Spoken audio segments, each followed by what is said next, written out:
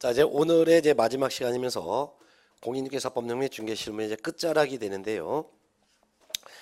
끝자락인데 본래 436페이지 거래계약서 작성 실무를 할 건데 잠깐 412페이지부터 잠깐 할게요. 412페이지부터 한번 볼게요. 잠깐. 이거 뭐냐면은 여기서 문제가 한 문제 나오는데 중개 대상물 즉 매도인의 물건을 확인해서 매수인에게 설명한 내용을 서면으로 작성을 하는 작성 방법, 이게 바로 실무예요. 요 중개대상물 확인 설명서를 어떻게 작성해서 거래 당사자에게 줘야 되는지, 이게 해마다 적게 나올 때는 한 문제, 많이 나올 때는 두 문제가 나와요. 그래서 사실상 요거를 그냥 여러분들 3, 4월 달 과정에 한번 하는 게 좋겠다 했지만 그냥 한번 좀 큰 틀은 잡아 드릴게요. 그러면 제 설명을 들으세요. 412페이지부터인데, 자, 개공이 중개를 완성시켰어요. 즉 거래를 성사시켰다 이거죠. 완성했으면 중개를 완성시켜줬을 때 개공에게 주어진 의무가 세 가지가 있다 그랬어요. 제일 첫 번째가 매도인의 물건을 확인해서 매수인에게 설명한 내용을 서면으로 작성하는 거. 이게 제일 먼저 해야 될 의무죠. 그래서 작성해서 거래 당사자에게 교부하고, 그 다음에 또 뭐냐면 거래 계약서를 작성해서 거래 당사자에게 교부하는 게 두 번째 의무. 세 번째는 거래 당사자인 매도인 매수인에게 나 업무 보증 설정했어. 나의 잘못으로 거래 당사자 너희들에게 재산적 손해가 발생됐을 때 내가 배상할 돈이 없어도 보험회사 등이 대신 배상할 거야. 이거 설명도 하고 보험 증서를 복사해서 거래 당사자에게 교부하거나 제공해야 될 의무. 이렇게 세 가지가 바로 중개가 완성됐을 때 거래 당사자에게 해야 될 의무가 있다 했었죠. 그 중에서 제일 먼저 하는 게 중개대상물에 대한 확인 설명서를 작성해 주는데, 중개대상물은 사실 5가지가 있었어요. 토지, 건물, 임목, 공장재단, 광업재단. 그런데 중개대상물 확인 설명서는 종류가 4가지로 나눠져 있어요. 첫 번째는 이제 토지에 대한 확인 설명서가 있고, 근데 건물에 대한 확인 설명서가 둘로 나눠놨어요. 건물은 뭐로 해놨냐면 토지 확인 설명서가 있지만 토지 확인 설명서가 있는데, 근데 건물은 2가지로 나눴어요. 주거용 건물에 대해서, 주거용 건축물에 대해서 중개를 완성했을 때는 주거용 건축물 확인 설명서라는 서면이 있어요. 즉 단독주택, 공동주택에 대한 매매 중개, 교환 중개, 임대차 중개했을 때 매수인에게 설명한 내용, 임차인에게 설명한 내용을 서면으로 작성하는 주거용 건축물 확인 설명서가 있고, 또한 건물에서 또 하나 있어요. 주거용이 아니라 비주거용이에요. 비주거용 건축물 확인 설명서. 이는 공장이나 또는 상가에 대해서 거래를 성사시켜 줬을 때 공장이나 또는 상가를 매수하고자 또는 임차하고자 하는 사람에게 설명한 내용을 옮겨 기록하는 서면이 비주거용 건축물 확인 설명서가 되죠. 그래서 건물은 2가지 확인 설명서로 나눠져 있다라는 거. 그 다음에 이제 임목과 공장재단과 광업재단은 이거는 하나의 확인 설명서로 되어 있어요. 그래서 임목, 광업재단, 공장재단 이렇게 묶어놨어요.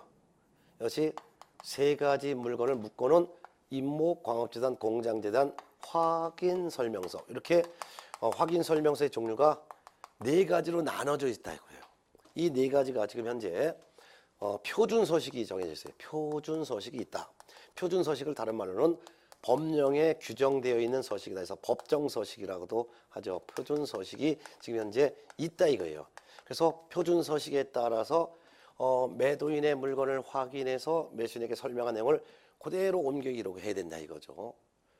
확인 설명 서식이 있으니까 이걸 눈으로 한번 좀 봐야 될 것 같아요. 그래서 교재는 412페이지 큰 2번 중개대상물 확인 설명서 서식의 특징이라고 큰 제목이 있는데, 412페이지 종류가 있어요.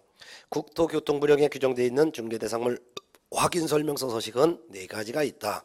1, 2, 3, 4 확인 설명서 서식이 1, 2, 3, 4 4가지로 있는데, 1은 주거용 건축물, 2는 비주거용 건축물, 3은 토지, 4는 임목, 광업재단 또는 공장재단에 대한 서식, 이렇게 4가지가 있고, 이 4가지 서식이 전부 다 구성이 표지가 있고 표지가 있고 그다음에 오른쪽에 보면 반가로 2번 413페이지 기재하는 내용이 있어요. 그 중에서 보면 기재 내용을 봤더니 413쪽 반가로 2번 기재 내용 중개대상물 확인 설명서별 기재하는 사항은 개공의 기본 확인사항, 개공의 세부 확인사항, 중개보수 등에 관한 사항 이렇게 세 가지로 구분되어 있다. 그 중에서 1번 주거용 건축물 확인 설명서는 총 13가지 항목을 기재하고 2. 비주거용 건축물 확인 설명서는 11가지 항목을 기재하며 3. 토지 확인 설명서에는 9가지 항목을 기록하며 4번 임목, 광업재단, 공장재단 확인 설명서는 7가지 항목을 기재한다는데 7가지하고 8가지로 좀 고쳐놓으세요. 8가지를 기재한다.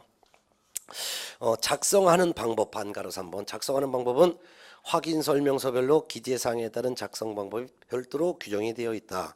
중개대상물 확인 설명서 작성 방법은 다 동일하다 해놓고 3번 중개대상물 확인 설명서별 기재사항 및 작성 방법 중에서 1번 주거용 건축물 확인 설명서의 기본 주거용 건축물 확인 설명서에 1번 반가로 1번 개공의 기본 확인 사항으로 기록하는 게 동그라미 1번부터 동그라미 8번까지 해서 총 8가지가 있어요.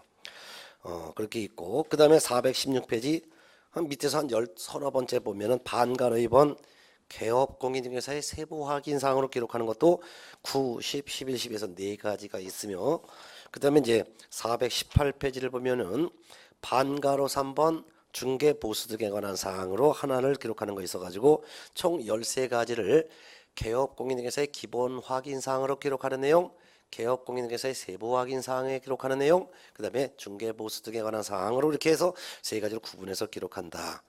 이걸 다 기록했으면 반가로 4번 봅니다. 서명 및 날인 교부인데요.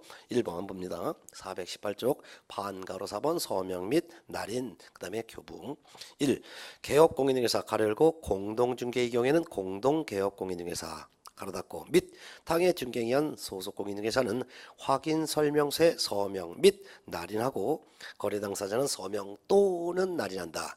즉 확인 설명서의 개공과 당해 중개위원 소공은 이름도 쓰고 도장을 찍는다. 그런데 거래 당사자는 이름 쓰거나 도장 찍거나 둘 중에 하나만 한다라는 것 차이점 알아두시고 그 다음에 동그라미 2번 거래 당사자는 개공으로부터 중개대상물에 관하여 확인 설명 듣고 개공이 작성해서 교부한 본 확인 설명서와 공인중개사법 제30조 5항에 따른 손해배상 증서 이게 바로 업무보증 설정 증서를 말하는 거죠. 보험증서, 보증증서 그리고 4번 또는 전자문서를 수령합니다. 이렇게 해놨다 이거죠. 비주거용 건축물 확인 설명서도 역시 기록하는 총 11가지 항목을 반가로 1번 개공의 기본 확인사항으로 기록하는 게 7가지 반가로 2번 세부 확인사항으로 기록하는 게 3가지 중개보수 등에 관한 사항으로 1가지에서 총 11가지를 기본 확인사항, 세부 확인사항, 중개보수 등에 관한 사항 이렇게 나눠서 기록하고 양가로 3번 토지중개대상물 확인 설명서에는 총 9가지를 기록하는데 이 9가지를 반가로 1번은 개공의 기본 확인사항으로 기록하는 게 7가지가 있고 한 장 넘어서 420페이지 개공의 세부 확인 사항으로 기록하는 게 1가지가 있고 중개 보수 등에 관한 사항으로 1가지를 기록해서 총 9가지 사항을 토지 확인 설명서도 이렇게 기본 확인 사항, 세부 확인 사항, 보수 등에 관한 사항 이렇게 나눠서 기록한다는 거. 양가로 4번 임목 황업재단, 공장재단 확인 설명서는 총 8가지를 기록하는데 그 8가지 중에서 개공의 기본 확인사항으로 기록하는 게 6가지 그 다음에 두 번째 개공의 세부 확인사항으로 기록하는 게 1가지 그 다음에 중개보수 등에 관한 사항으로 1가지에서 총 8가지를 기본 확인사항, 세부 확인사항, 보수 등에 관한 사항 이렇게 나눠서 기록하고 그리고 그 맨 밑에 420페이지 맨 밑에 있는 음영 박스 모든 중개대상물 확인 설명서에 공통 기재하는 사항이 있어요. 거기다가 별표를 또한 3개를 해놓으세요. 자, 이 말은 주거용 건축물 확인 설명서건 비주거용 건축물 확인 설명서건 토지 확인 설명서건 입광공에 대한 확인 설명서건 기록되는 내용이 6가지가 있다라는 거 이렇게 이제 일단 책을 통해서 확인했고 그러면 확인 설명서가 표준 서식 법정 서식이 있는데 421페이지를 봤더니 중개대상물 확인 설명서 1 가로 열고 주거용 건축물 확인 설명서에 총 13가지를 기록하는데 큰 1번 봤더니 개업 공인중개사 기본 확인 사항이라고 있죠. 찾으셨어요? 그래서 1. 개업 공인중개사 기본 확인 사항이라고 있어요. 421페이지 위에서 한 10cm 밑에쯤에 보면 1. 개공의 기본 확인사항 1, 2, 3, 4, 5, 6, 7, 8에서 8가지 기록하는 게 있고 한 장 넘어가서 422페이지 이 개업공인중개사의 세부 확인 사항에 기록하는 게 또한 4가지, 9, 10, 11, 12 4가지가 있고 3. 중개보수 등에 관한 사항으로 또 하나가 있어요. 중개보수 및 실비의 금액과 산출 내역이라고 하나를 기록해서 총 13가지를 이렇게 기본 확인사항, 세부 확인사항, 그 다음에 보수 등에 관한 사항 이렇게 기록을 하고 그 밑에 보면 몇 년 몇 월 며칠 날 작성해서 줍니다. 그래서 매도인과 매수인은 이름 쓰고 서명 또는 날인, 개공과 당해 중개인이 한 서공은 서명 및 날인하는 이렇게 서식이 있어요.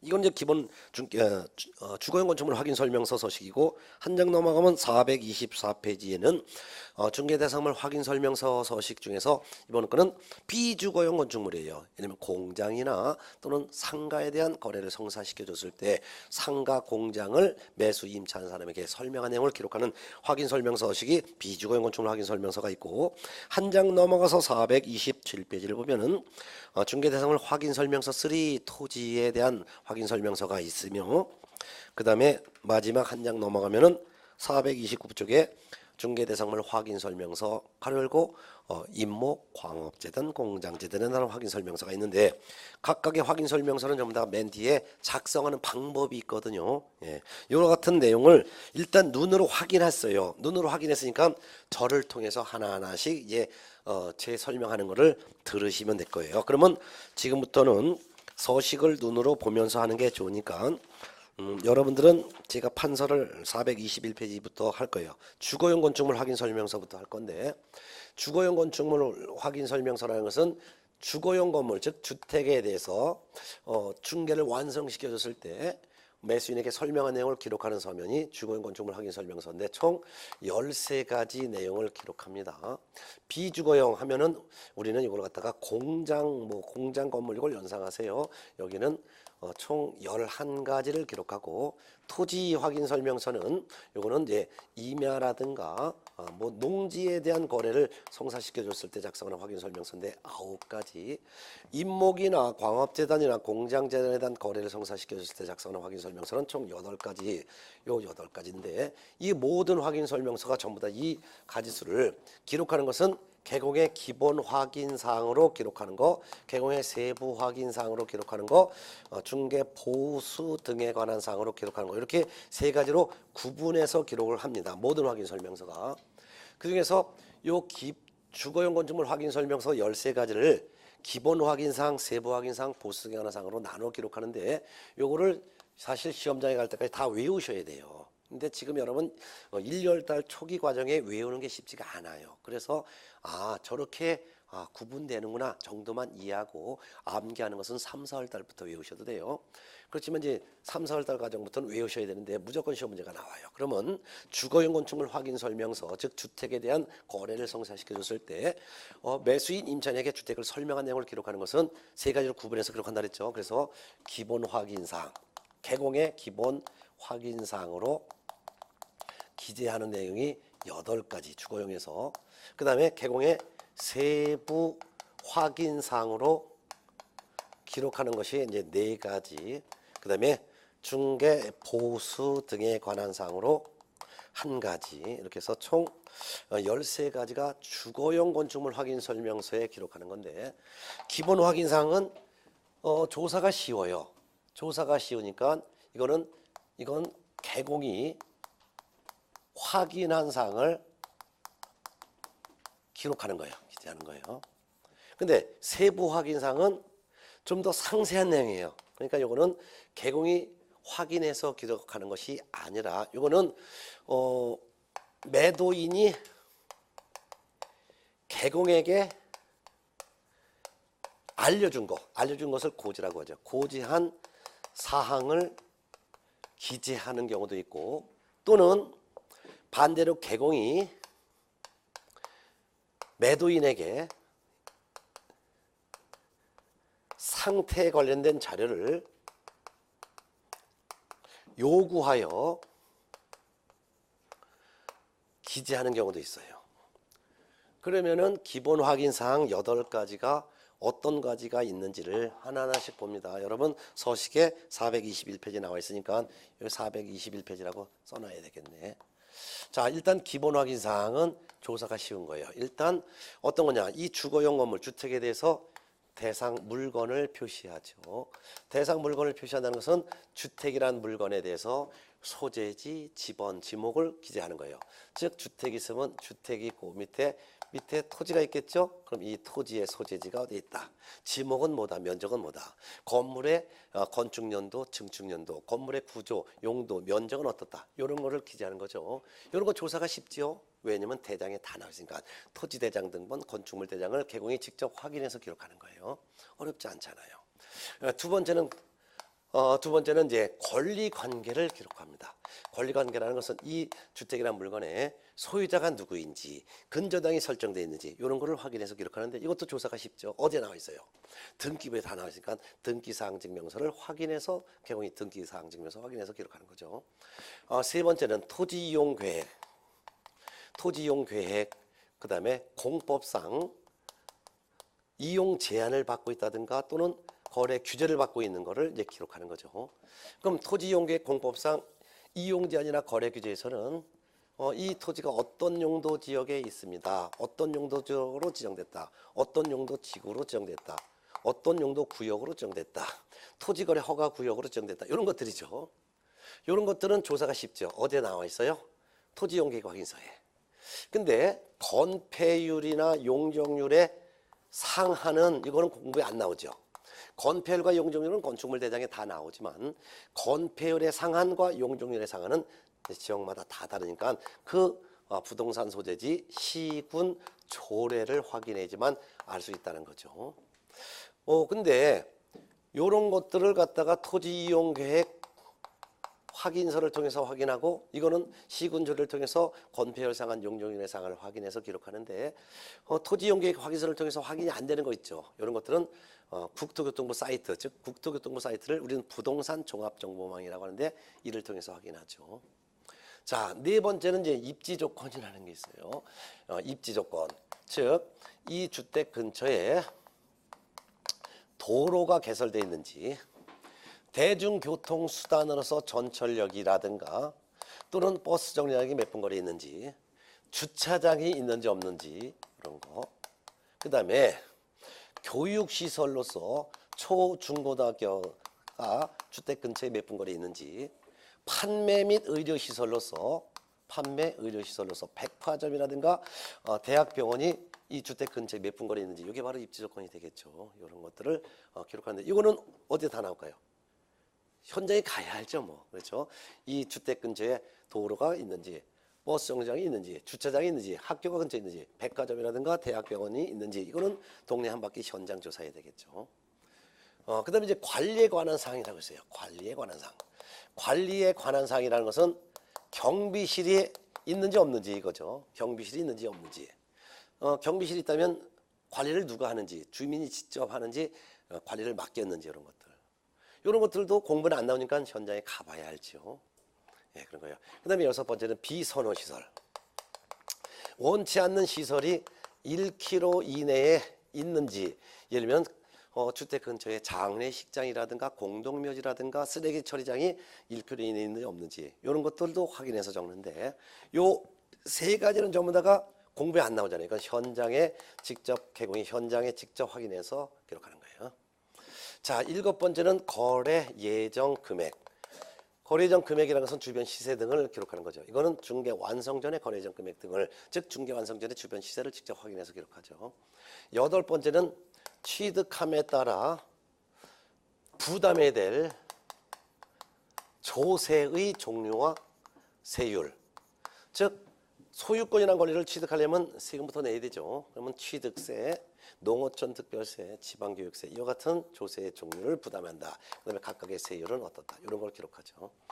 근데 특히 요거 취득함에 따라 부담해야 될 조세의 종류 및 세율은 이거 임대차인 경우에는 이거 기재하지 않죠. 왜? 임차인 입장에서는 취득세 이런 걸 납부할 리가 없으니까. 그래서 임대차인 경우는 취득함에 따라 부담할 조세의 종류 및 세율은 기재하지 않는다는 것도 알아두면 되겠네요.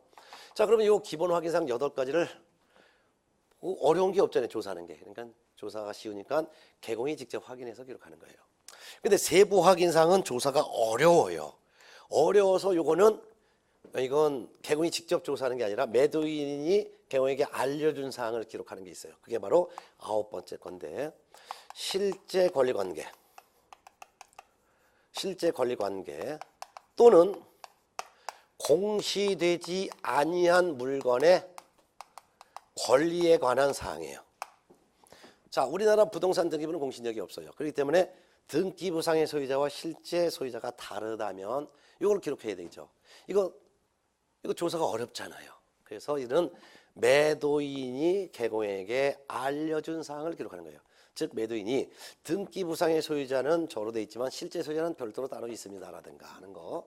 그다음에 공시되지 아니한 물건의 권리가 있어요. 공시되지 않은 물건이니까 등기가 안 된 물건이죠. 예를 들면 분묘기지권의 부담을 받는 지역입니다. 또는 유치권자의 공사대금은 얼마입니다.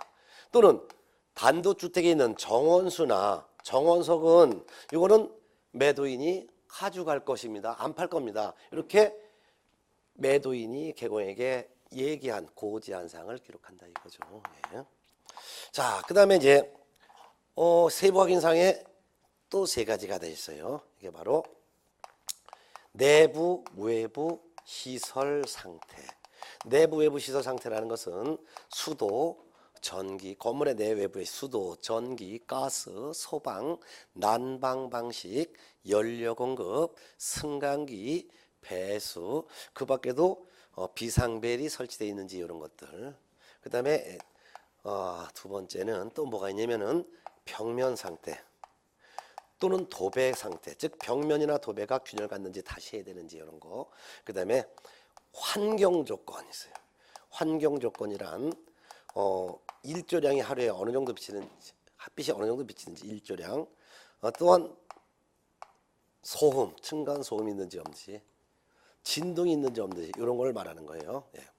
근데 이와 같은 내외부 시설 상태, 벽면 도배 상태, 환경 조건, 이와 같은 것들은 요거는 어떻게 하냐? 요거는 요 세 가지는 요거는 개공이 매도인에게 자료를 달라고 요구하여 확인한 사항을 적습니다.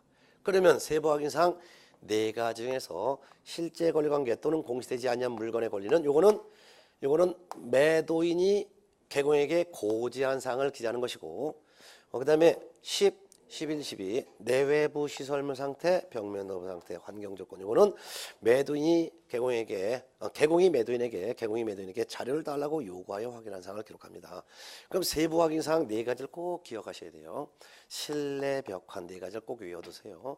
그래서 시험에 공인중개사 법령상 확인 설명서에 기록하는 내용 중 세부 확인 사항에 해당하지 않는 것 해놓고서 실내 벽환 해놓고 여기서 뭐 권리관계라든가 이거 하나 집어넣으면 답이 그거가 되는 거예요. 매년 나와요. 또는 박스형의 문제를 나오면서 다음 중 중개대상물 확인설명서 기본 확인사항에 기록하는 내용으로만 묶은 것은 몇 개냐 해놓고 1번, 2번, 3번, 4번, 그 다음에 5번 이렇게 집어넣고서 고르는 문제가 나올 수 있죠. 그래서 매년 나오니까 세부 확인사항 네 가지를 꼭 외워두셔야 돼요. 실내 벽환 꼭 외워두세요. 실내 벽환.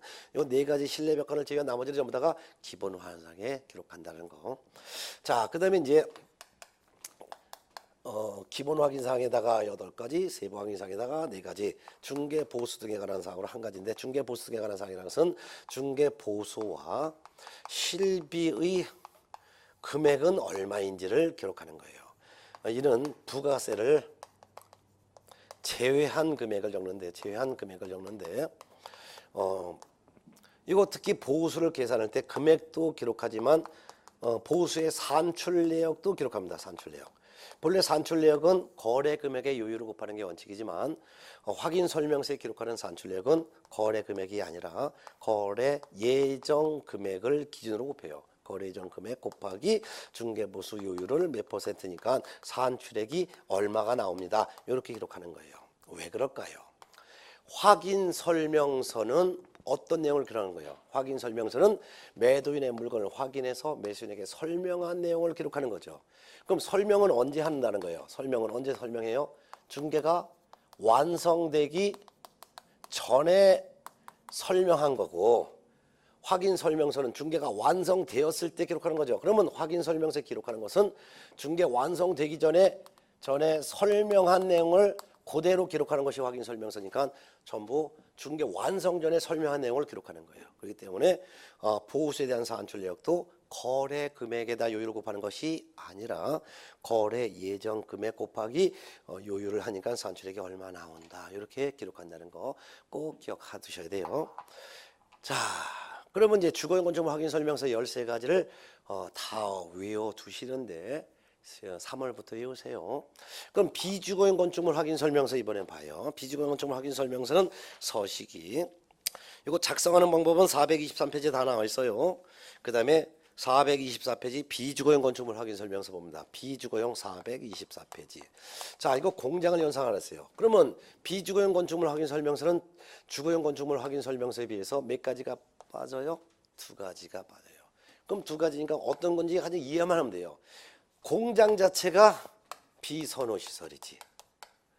그리고 공장 자체가 시끄러운 환경 투성이 나쁜 환경이에요. 그래서 환경 조건 요 2가지는 비주거용 건축물 확인 설명서에 기록하지 않습니다. 따라서 비주거용 건축물 확인 설명서 총 11가지를 기록하는데 비주거용 건축물 확인 설명서도 기본 확인 사항으로 기록하는 거, 세부 확인 사항으로 기록하는 거, 중개 보수 등에 관한 사항 이렇게 세 가지를 구분해서 기록하는 건 맞는데 그중에서 기본 확인 사항 중에서 비선호 시설 공장 자체가 비선호 시설이니까 이런 거 기록하지 않는다. 그래서 비주거용 건축물 확인 설명서에는 공장 자체가 비선호 시설이니까 이거 기록하지 않고 또한 세부 확인 사항 중에서도 요 나쁜 환경 조건 요거를 기록하지 않는다. 이렇게만 이해하면 되겠네요.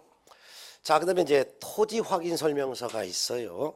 토지 확인 설명서는 427페이지에 나와 있는데 자, 토지 확인 설명서 427쪽 토지 확인 설명서는 농지 임야를 연상하세요. 총 9가지를 기록하니까 주거용에 비해서 4가지가 빠지죠.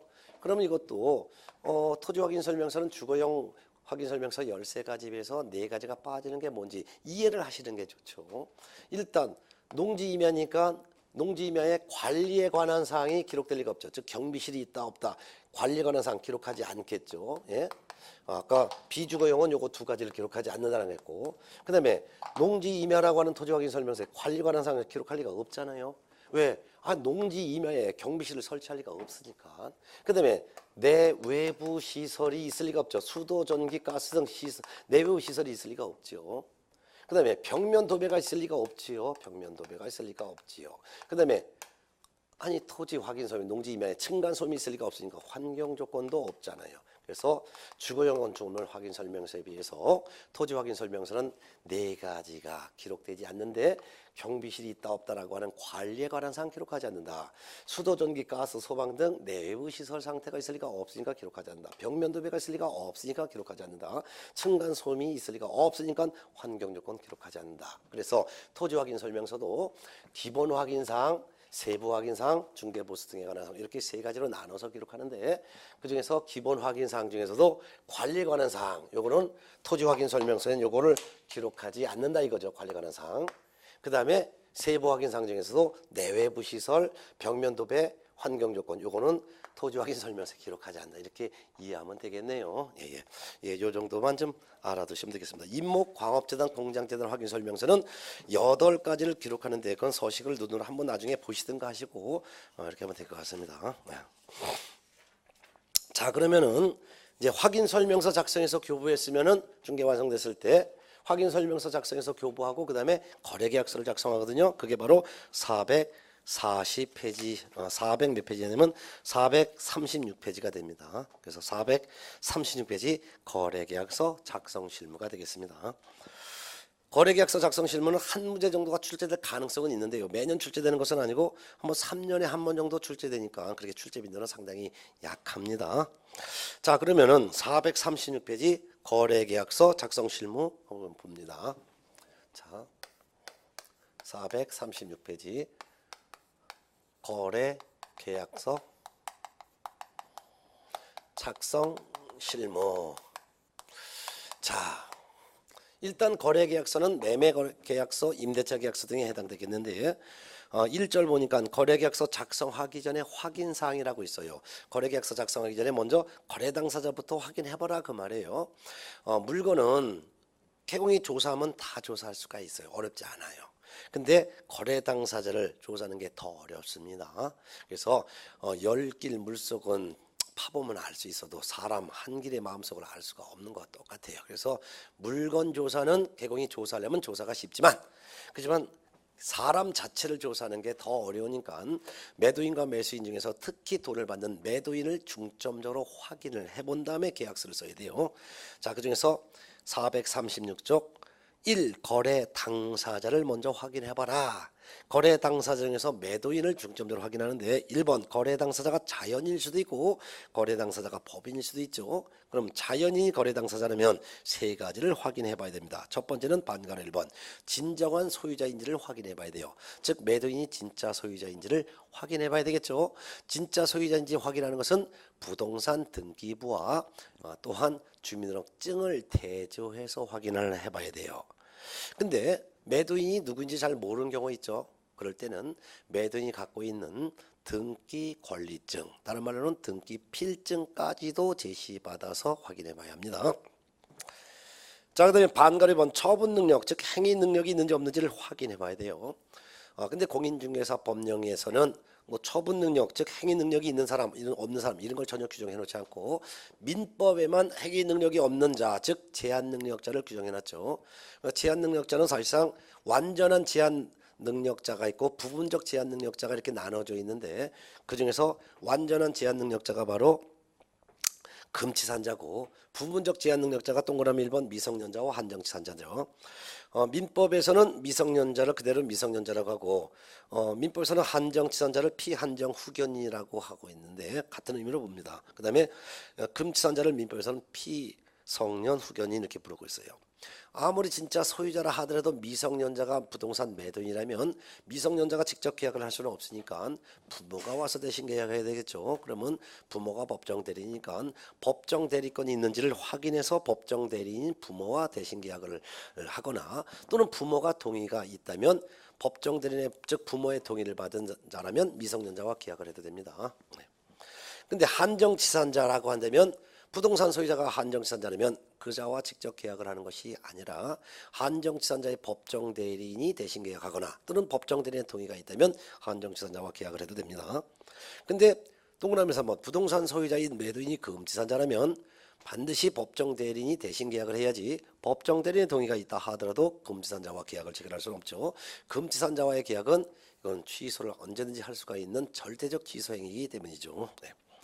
자, 그 다음에 반가로 3번 437쪽에 있는 임의 대리권 조사라는 게 있습니다. 이 말은 부동산 소유자가 직접 계약하러 온 것이 아니라 임의 대리인이 와서 대신 계약을 하겠다라고 했을 때는 본인이 대리인에게 대리권을 줬는지를 확인해 봐야 되겠죠. 그래서 본인의 인감증명서가 첨부되어 있는 우임장을 통해서 대리권이 있는지 여부를 확인해서 대리권이 있으면 대리권자와 계약을 해도 되겠죠.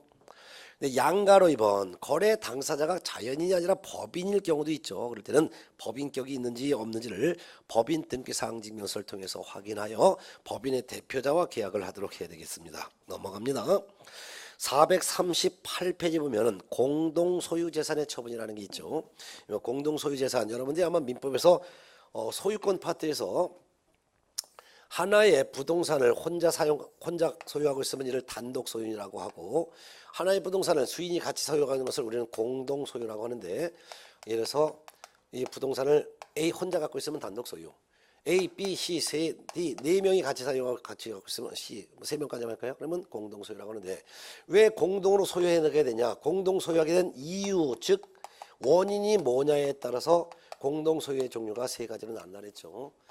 하나는 법률 행위나 법률 규정에 의해서 공동 소유하게 된 것을 우리는 공유라고 하죠. 즉 법률 행위에 의해서 공동 소유하는 것을 우리는 공동으로 매수해서 소유했다든가 하는 것이고 법률 규정에 의해서 공동 소유했다는 것은 공동 상속받은 경우 이게 바로 이제 공유라고 하는 거죠. 근데 공동으로 소유하게 된 이유가 법률 행위도 아니고 법률 규정도 아니고 동업을 하기 위해서 공동으로 소유하는 것을 우리는 합유라고 하죠. 동업을 합유라고 하는 거예요. 근데 여러 명이 공동 소유하는데 그 이유가 나도 몰라요. 자연 발생적으로 공동 소유하게 된 것을 우리는 총유라고 하죠. 그래서 공동 소유한 이유가 뭐냐에 따라서 이렇게 공유, 합유, 총유 이렇게 나눠놨죠. 그 중에서 공유 여기서 시험 문제가 나온다면 사실 여기서 문제가 나오니까 여기다가 좀 별표를 해놓으시기 바랍니다. 자, 공유 하인 경우에는 공유물도 있겠고 공유 지분이 있겠죠. 그럼 공유물에 대한 거래할 수도 있고 공유 지분에 대해서도 거래할 수 있는데 공유물에 대한 거래도 처분 거래가 있겠죠. 그 다음에 사용 수익 거래가 있겠죠. 그러면 처분 거래하면 매매 거래, 교환 거래, 저당권 거래가 되겠죠.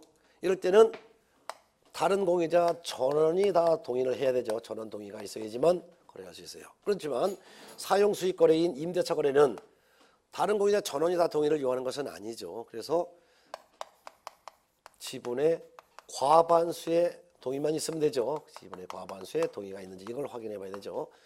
그런 거예요. 그래서 공유물의 처분은 다른 공유자 전원의 동의를 요한다. 그렇지만 공유물의 배타적 사용에 대한 결정, 관리 결정 이런 것들은 지분의 과반수라고 했죠.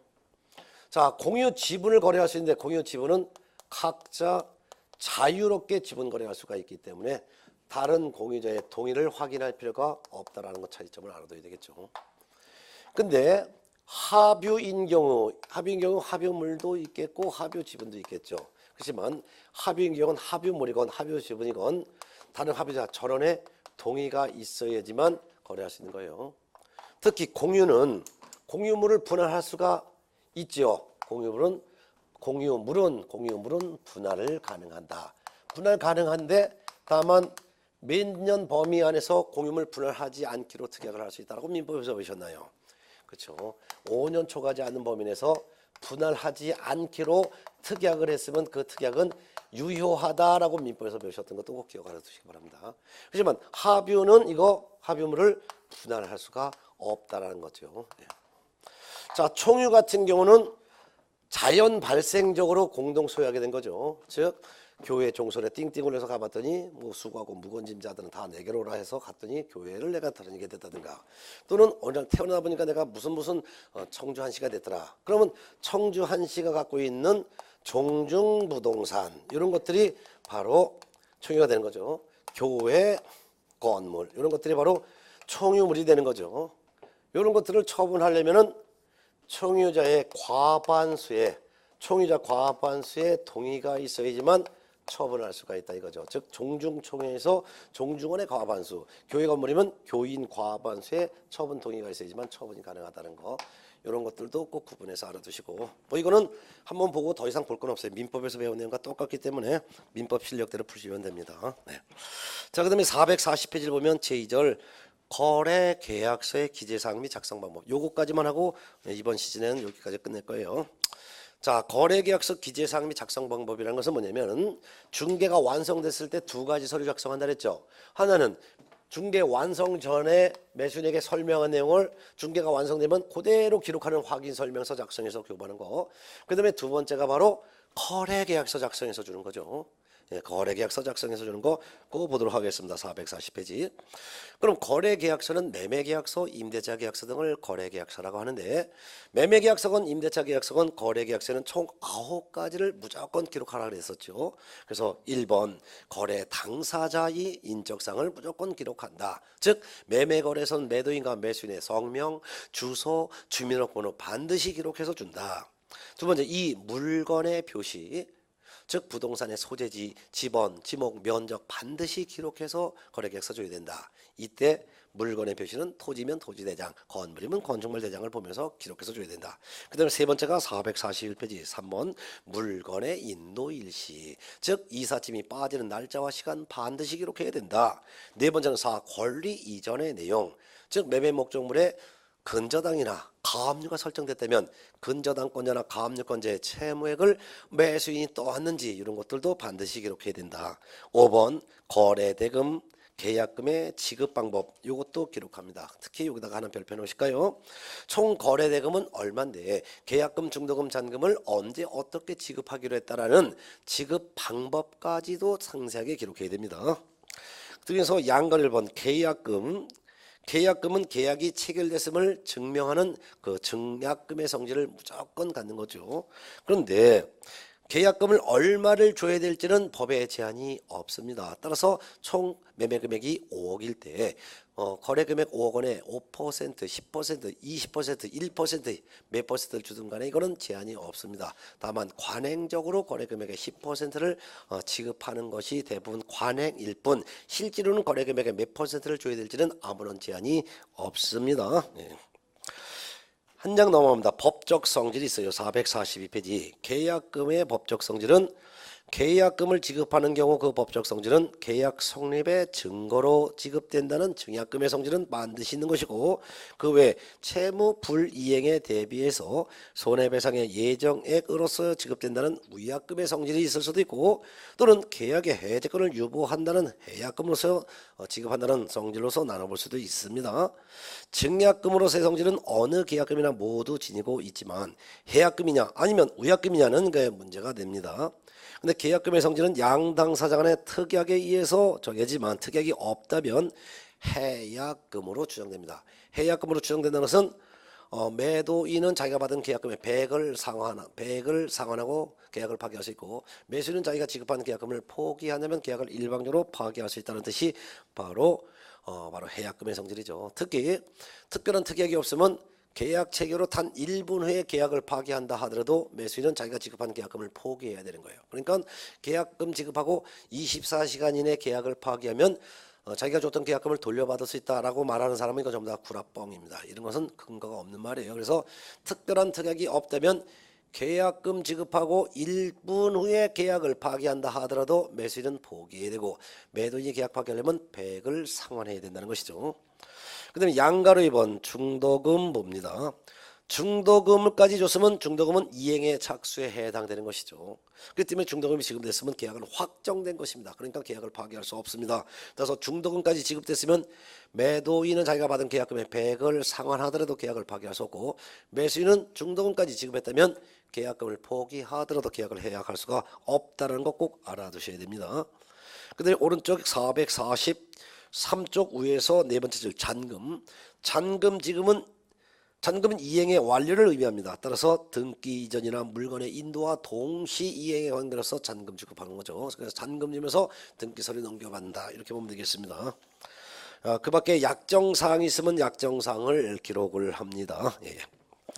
약정사항이 있으면 약정사항 기록한다 이렇게 보면 되겠습니다. 한 장 넘어가고 444페이지 중개대상물 확인설명서를 교부한 날짜를 거래계약서에 기록합니다. 중개가 완성됐을 때 확인설명서를 먼저 작성해서 교부하고 그 다음에 거래계약서를 작성하기 때문에 거래계약서에는 중개대상물 확인설명서를 교부한 날짜를 반드시 기록하도록 되어 있어요. 그 다음에 8번째 계약의 조건이나 기한이 있을 때는 조건기한도 기록하고 마지막 9번째는 계약일자를 기록하도록 되어 있습니다. 이와 같은 거래계약서는 매매계약서건 임대차계약서건 모든 거래계약서에는 9가지를 무조건 기록해야 되니까 1번부터 9번까지 꼭 기억을 해 두셔야 합니다. 1, 2, 3, 4, 5, 6, 7, 8, 9, 1 바로 당사자의 인적사항 2. 물건의 표시 3. 물건의 인도일시 4. 권리 이전의 내용 5. 거래금액, 계약금액, 지급일시, 지급에 관한 사항 6번째는 그 밖의 약정사항 그 다음에 7번째는 확인설명서 교부일자 그 다음에 8번째는 계약의 조건이나 기한이 있을 때는 조건기한 마지막으로 9번째는 계약일자 요거 반드시 기록을 한다. 특히 거기서 주의할 것은 계약금의 성질은 해약금으로 추정한다. 중도금까지 지급했으면 계약은 파기할 수가 없다. 이런 걸 좀 잘 알아두시면 될 것 같습니다. 이 거래계약서 작성은 사실상 시험 문제는 한 5년 내지 6년에 한 번 나올까 말까 정도로 출제 빈도가 거의 없습니다. 그렇기 때문에 한 번 읽어보는 정도로만 하고 시험장에 갈 때까지 다시 안 보셔도 됩니다. 1, 2월 달 이렇게 봤으면은 거래계약서 작성 파트는 안 보셔도 돼요. 그냥 상식적으로 풀어도 될 것 같죠. 사실상 여기까지가 바로 이제 중개 실무인데요. 한 파트가 나오는 게 448페이지가 있습니다. 개별적 중개 실무라는 게 있는데 한번 좀 볼까요? 한번 448쪽 챕터 4 개별적 중개 실무. 사실상 여기서는 한 4문제가 출제가 되는데요. 이 4문제는 전부 다가 여러분들의 부동산 등기법에서 배운 내용이나 민법에서 배운 내용과 겹칩니다. 그래서 3, 4월 달에 제가 좀 다시 설명드릴까요? 그래서 448페이지에 있는 제2절 부동산 등기 특별조치법이라고 여러분들 박정환 선생님을 통해서 배우신 등기법 있죠. 등기법의 내용을 제 과목에서도 가볍게 터치를 합니다.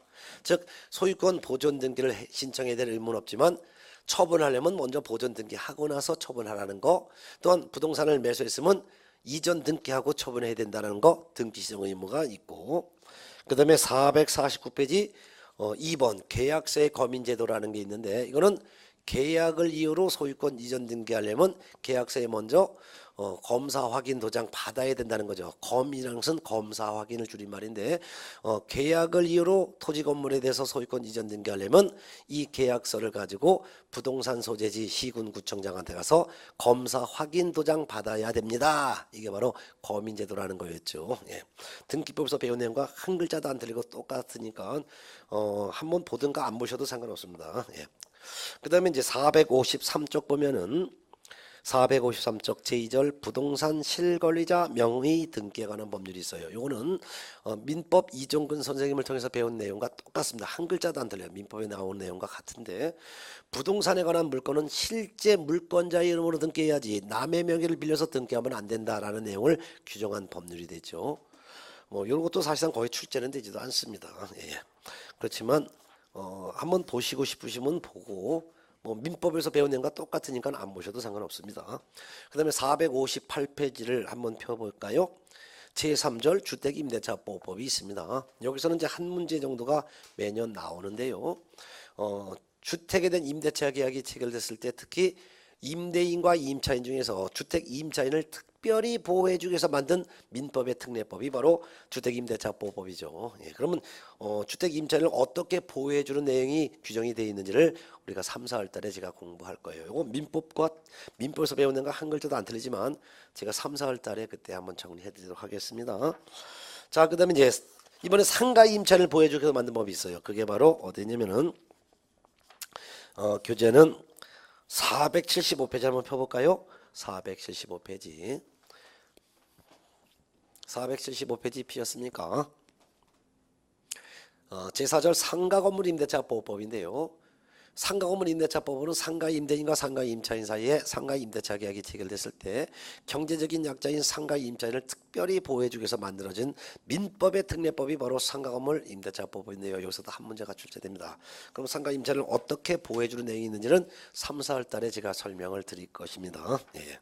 그 다음에 교재 485페이지 5절 경매 및 공매가 있는데요. 네.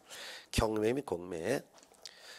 경매에서는 한 문제가 출제가 될 때가 있습니다. 매년 나오는 것은 아니고 3년에 한 2번 정도 문제가 출제되는데, 채무자가 빚을 안 갚았을 때 채권자가 법원에 채무자의 부동산을 팔아달라고 신청하여 법원이 채무자의 부동산을 강제로 파는 과정을 우리는 경매라고 하는데, 경매에 붙여진 부동산을 입찰에 참가하려면은 보증금을 걸어야 되는데 얼마의 보증금을 걸어야 될지, 그리고 낙찰을 받았을 때 대금을 내면 무조건 등기하기 전이라 하더라도 소유권을 취득하는데, 소유권을 취득한 낙찰자가 들어가서 인도를 받고 들어가야 되는데 인도를 거절했을 때 어떻게 해야 될지, 이런 내용이 바로 이제 경매에 해당되는 건데 한 3년에 한 2번 정도가 출제됩니다.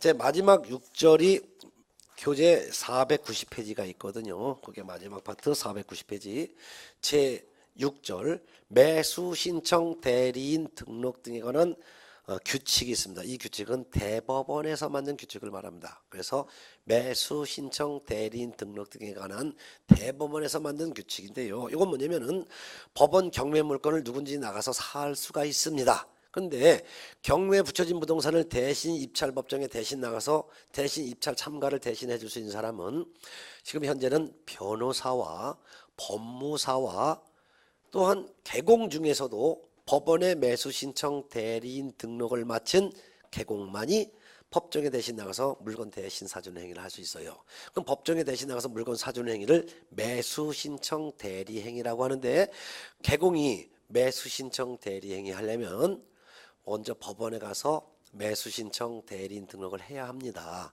그러면 법개공과 공개공은 매수 신청 대리인 등록을 하여 위민을 대신해서 경매물건 대신 사준 행위를 할 수가 있지만, 개공 중에서도 부개공은 매수 신청 대리 행위를 할 수가 없으므로 부개공은 매수 신청 대리인 등록 자체를 할 수가 없는데요.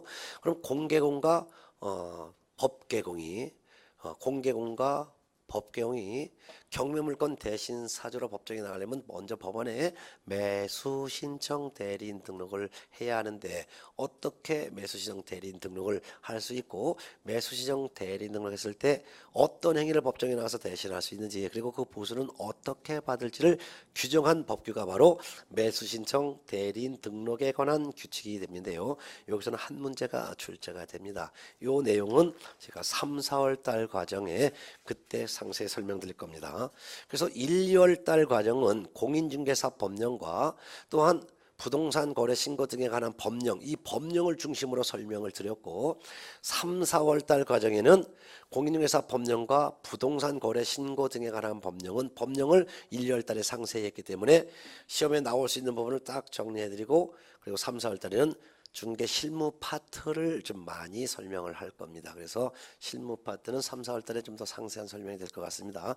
자, 이렇게 해서 공인중개사 법령 및 중개 실무를 마무리 졌고요. 3, 4월 달에서 좀 더 심도 있는 강의가 될 거예요. 그래서 3, 4월보다는 1, 2월 달보다는 3, 4월 달에는 좀 더 시험에 나올 수 있는 부분을 중점적으로 딱딱딱딱 정리해 나갈 테니까 효율적인 공부가 될 것 같습니다. 그럼 3, 4월 달에 다시 뵙겠습니다. 수고하셨습니다.